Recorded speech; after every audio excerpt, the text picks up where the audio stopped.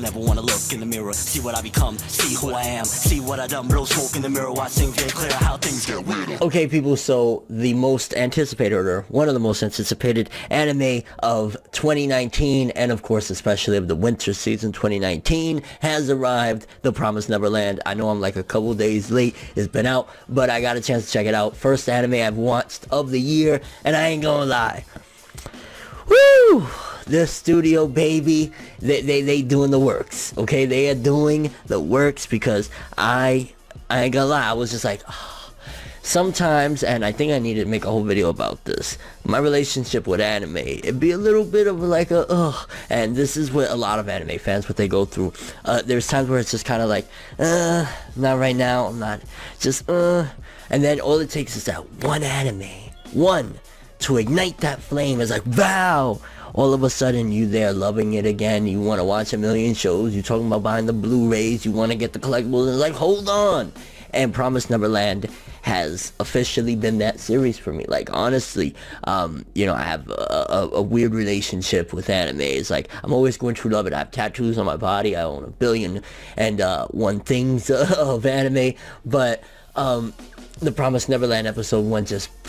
Let's start off with talking about the art and animation. Woo, baby.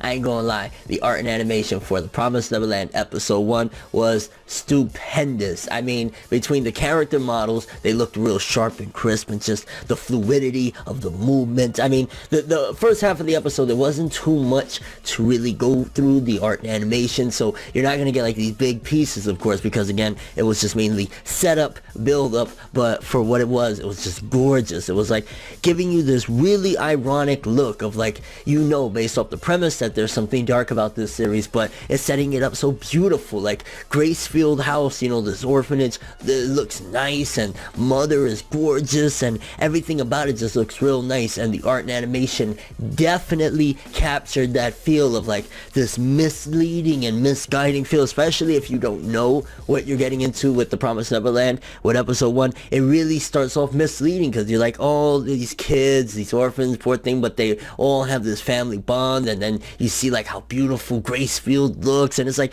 even though they're in a bad situation, you know, being an orphan is nothing to be happy or excited about, they're making the best of it, and it looks really nice. And again, the art and animation portrayed that. Second half of the episode, where it really starts getting real, and they start finding things out about what's really going on in Gracefield and what Gracefield seemingly is, you know, the whole farm aspect. It's just like the tone change, the look, the vibe, the feel. It was just like, whoa, now it feels real dark. The dramatic facial expressions, which is something that the Promised Neverland captures amazing. The manga did it epically, and the anime did an incredible job as well. When Emma finds out the first time what happened to the little girl, what was it, Connie, I believe it was Connie, and then likewise with Ray, their facial expressions, the art and animation, how it gets just this realistic feel, and you can see that they put so much time and effort. It's just incredible. Honestly, I wouldn't be surprised if that's my thumbnail for this video, one of those, because it was just like,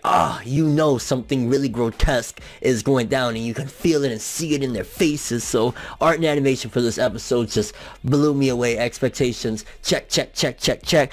Maybe even more excited than the manga. Like, when I read the manga, yeah, it did catch me, it did grab me, it did get me to read more, but the anime, I ain't gonna lie, that episode 1, once you get to the halfway mark, I will say, and this is where we're gonna segue in from art and animation being basically stupendous, 10 out of 10. For a first episode, what more could you ask for? I mean, if there was more action, there'd be more fluid pieces of characters flipping up and down, upside down, all that stuff. But for what it was worth, it was just like, incredible. Now, moving into the pacing of the episode, I will say that the pacing, for some people, they might be impatient. I felt as though I understood that you needed the calm before the storm, you needed the build up. This isn't one of those series that is a fly-by-night that, oh, this is this character. Like, there's a lot of depth and subtlety, so the pacing definitely felt a bit slow, and I can see that could be turning some people off if they don't watch the full episode. Watch the full episode, period. Before you make your judgment about this series, The Promised Neverland, watch watch the first episode in its entirety and then make your judgment, because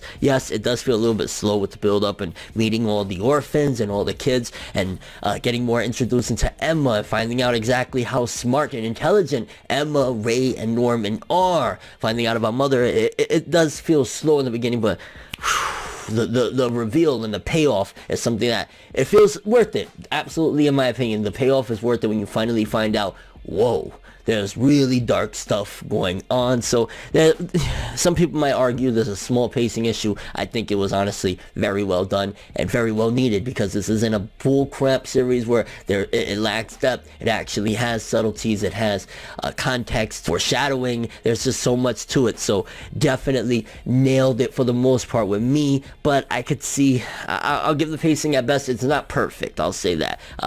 Could have been a little bit quicker, I guess, into some of the dramatic parts, but I think it was necessary and important. Let's talk about the characters. So we got 3 main characters, Emma, Ray, and Norman. You could definitely see Emma is the Naruto, Emma is the Goku, Emma is the optimistic protagonist, female protagonist. Sign at a time, people, we got female protagonists, but I love Emma. I think Emma is a great protagonist, a nice twist having a female, but you know, she stole the episode for me, hands down. The scene where she found out about Connie's death with the rose, all so grotesque, and you know, reacting to this. Remember, this is an 11-year-old girl, because the 3 main characters, I believe 11, all about to turn 12, and then the other kids are like, you know, 6 and real young. There's some of them are a little bit older, but there's a lot of young kids. But Emma, very, very interesting character, and she stole the show when she broke down crying for Connie. Voice actress, the Japanese voice actress, nailed it. I mean, just broke my heart to see this little 11-year-old break down, finding out that her whole life is a lie. People that she's cared about and considers family are being sold off to be eaten by demons. Incredible. So Emma's character, really nice. Again, it's taking a trope. It is like, she is kind of like the silly, goofy, too kind, and that was one of the lessons that was built up in this episode as well. Emma is too nice, too kind. When Norman threw himself down, Emma was quick to jump and say, oh my god, are you okay? So Emma a little too nice, but still pretty cool taking a female and making her the Naruto-esque character. And I use Naruto very loosely. Again, you know, we could use Haikyuu, Hinata, whatever you want to call. This is the main protagonist, the goofy, silly, but seemingly very intelligent. Then there's Ray. Not too much with Ray. Very sneaky. You see he's constantly listening in on the conversations between Emma and Norman. Looks like the Sasuke-esque character, if you will. The pretty boy. I could see the female fandom is going to love Ray. He's going to be that guy. But definitely very intelligent. You could tell off the bat. Very sneaky. Makes me wonder what side is he on in all of this? Does he know anything? Is he on our side? Is he working? Like, what's going on? Because he was a little devious in his actions. Norman, very intelligent. Seems just that he's going par for the course. Not too... Like, Norman is just very, very smart, going along with Emma, seems to know what's going on, a lot of dangerous situations. And then, of course, honestly, I mean, you have some of the other kids that you see, not too much in this first episode for them. It's just like, hey, there's a lot of kids, and they all want to leave together. Emma and Norman, when they made that little conversation, that promise and that pact, is that they want all of them to survive, not just, you know, 1 or 2 or 3, which builds up the premise of what they're trying to do. They want to all leave together or get out of the situation together.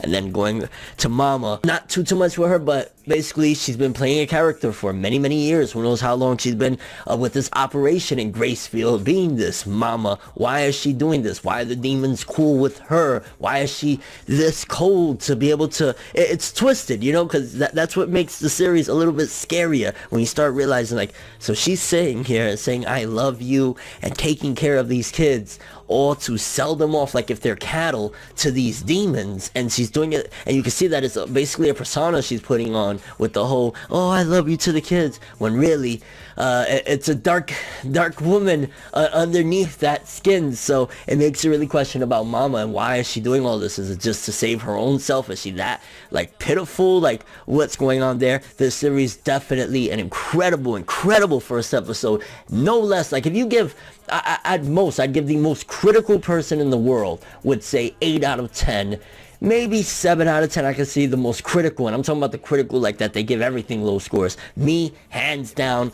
bare minimum 9 out of 10. Honestly, I'd say even 9.5 out of 10. I'd say just the pacing slightly, but I personally thought it was great, and I thought it was amazing. And man, the reveal toward the end, finding out what's going on here, these demons and all that, incredible stuff. Again, just loved it. The Promised Neverland. Let me know what you guys think, though. First of all, do you want to see me talk about this more? Do you want an episode 2, 3, and so on and so forth? Do you want those videos, reactions, reviews, me talking about them? What do you guys want to see? Also, what do you guys think about the upcoming events, anime only viewers, predictions, manga readers? Do you think that the anime for episode 1 of The Promised Neverland nailed it? They executed it properly. It was good. I can't remember. It's been a while since I read the first chapter of The Promised Neverland. I think it kind of got all its ducks in a row. I don't know if it missed out on anything, but honestly, for a standalone piece, it was phenomenal to me, and I loved episode 1 of The Promised Neverland. Highly recommend. Your friends is going to be talking about it, so check it out. Just saying. But that is all I have for this one. Thanks for watching. Hope you enjoyed. If you liked anything I had to say or enjoyed the video, drop me a like. I'd greatly appreciate it. And if you want more from me, make sure to subscribe. Follow me on Twitter, Instagram, hit the bell to get all notifications, and of course support my project, my CD, my album, my music, My Beautiful Hell, on all streaming platforms: iTunes, Apple Music, Spotify, SoundCloud, you name it, it is there. ForneverWorld, My Beautiful Hell. I'm ForneverWorld, and as always, people, have an awesome day, and remember the golden rule: anime, manga, and music for life, baby. Bow. Have an awesome day. Everything good always comes to an end. If you stab me in my back, we can never make amends. Trying to move to acceptance, hard to accept it. Mistakes like mirrors, gotta reflect it. I don't wanna fucking leave, but I gotta leave. Leave the maybes to the crazies. Maybe one day there I go, admitting something in a subtle way. No more copies, leave without a trace. Last time, I'ma say last time. Moving on to the future, leave the memories as a pastime. Memories always feel like the worst.